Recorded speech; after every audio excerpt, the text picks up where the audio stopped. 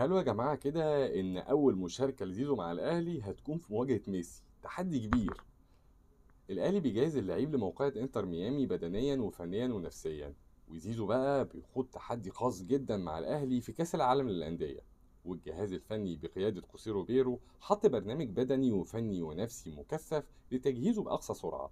والهدف إيه بقى؟ إنه يكون جاهز للمشاركة قدام إنتر ميامي بقيادة الأسطورة الأرجنتينية ليونيل ميسي في مباراة الافتتاح. زيزو على فكرة ما لعبش ولا مباراة رسمية من شهر إبريل اللي فات بسبب توقيعه للأهلي، وعشان كده التركيز كله دلوقتي على رفع لياقته البدنية واستعادته لحساسية الملعب، وتحضيره كمان نفسيا وفنيا للظهور الأول ليه بالقميص الأحمر بعد مشاركته في جزء من ودية باتشوكا المكسيكي اللي ظهر فيها معظم اللعيبة الجديدة. الأهلي بيفتتح مشواره يوم 14 يونيو قدام إنتر ميامي بقيادة ميسي، وبعدها هيواجه بالميراس يوم 19، ويختتم دور المجموعات قدام بورتو يوم 23.